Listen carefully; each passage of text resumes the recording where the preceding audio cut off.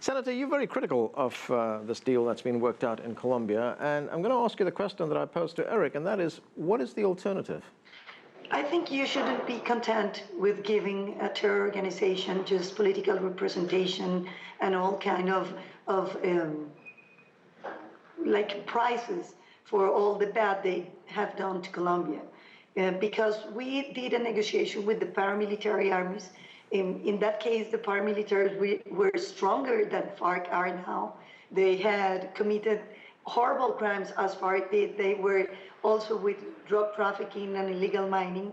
And even though the government made a good negotiation in which what we negotiated was the length in which they will stay in jail for crimes against humanity. Those who were the heads of the paramilitaries will have to pay jail.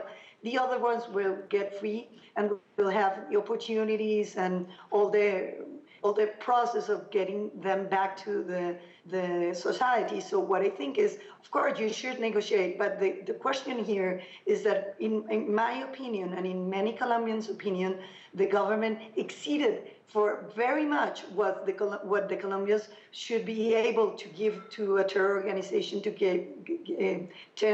take them back. What they gave is everything. They almost gave them political representation for criminals who committed crimes against humanity. What kind of society will you build when you have the victims seeing those who killed their daughters, sisters, fathers as political figures? How would you feel if it was your daughter or your dad?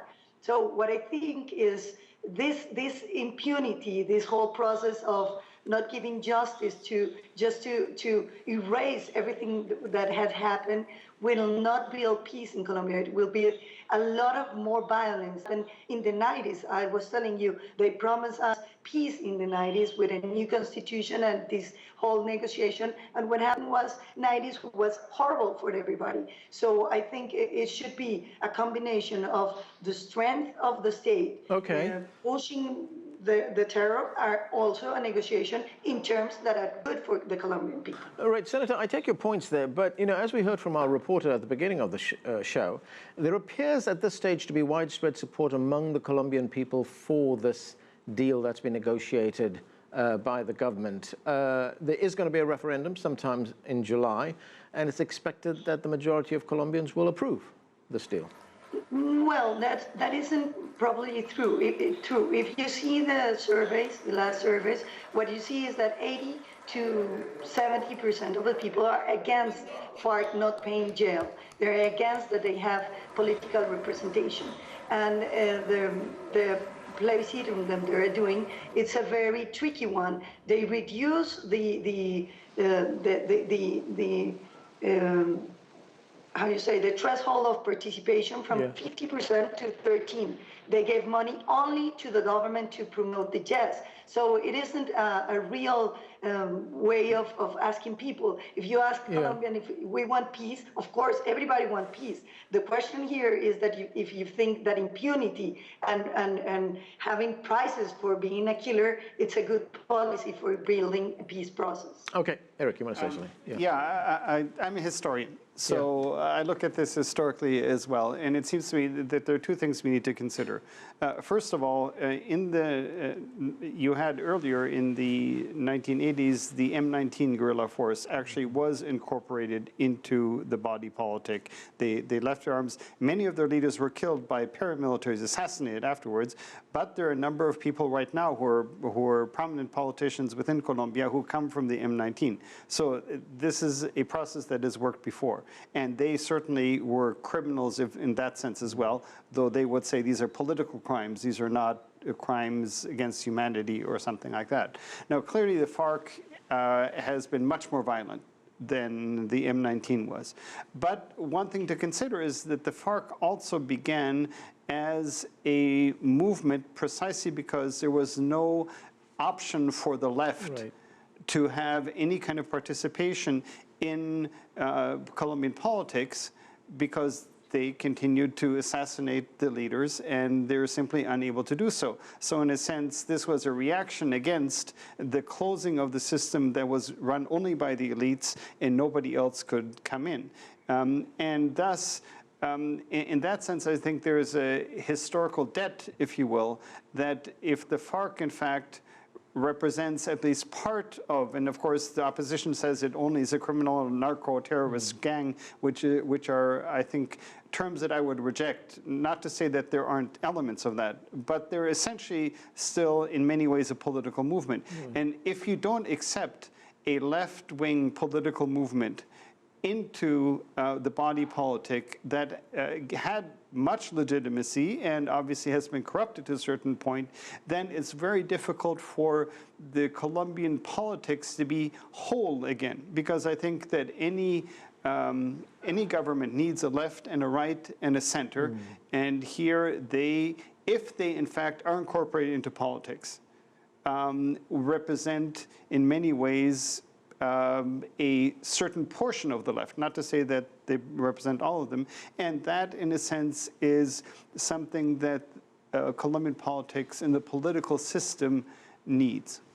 Juan Carlos? Yeah, how the question is asked is very important here, as the senator mentioned. That's the referendum? Yeah, because if you ask Colombians, certainly, if you ask Colombians, you want peace, 90% of Colombians want peace, but when you ask them, are you willing to give these concessions to the FARC? Are you willing to let them go without facing any punishment? Are you willing to let them have political participation? That's when people become more reticent, and they're like, well, no, actually no. So how this campaign is going to be conducted is important, and we already see that the government is going to be fully behind the accord, of course. I presume the referendum will ask the straight question of, do you support this agreement or don't you support it? Yeah, and the question is whether the Colombian people are going to be properly informed about what's in the agreement. We've seen where we just saw what happened in Britain with Brexit and how people can vote under false pretenses. Right. So, but another important point is that even if people are willing to bite the bullet, even if Colombians are willing to bite the bullet and say, okay, if this is the price we need to pay in order to have peace, let them go without punishment, let them have political participation. Are we going to get peace in exchange? That's the big question. Is the FARC actually going to disarm? Is the FARC actually going to quit their profitable drug trafficking businesses? And is the FARC going to disarm and not intimidate people during the political process while being armed? And we already seen some episodes of the FARC promoting the peace agreement while being armed in several towns of Colombia. So those are the critical questions. Can you have peace in Colombia when you have an agreement that undermines the rule of law? Those are the questions that eventually need to be asked to the Colombian people, and I hope that the Colombian people will have all the elements at hand in order to make a wise decision. Okay, Senator, you want to say something? Absolutely. First of all, I would like to say that it isn't true that Colombia doesn't have a left participation. We have a lot of leftist parties. Actually, we have one very strong one, which is El Polo Democrático, and they have not killed people, so it is not a matter of if you have left or not. And when they say that El Frente Nacional, a period in Colombia in which the two big parties, liberales and conservadores, take turns to governate, it wasn't true that they cannot run. Actually, they did run, but they didn't win.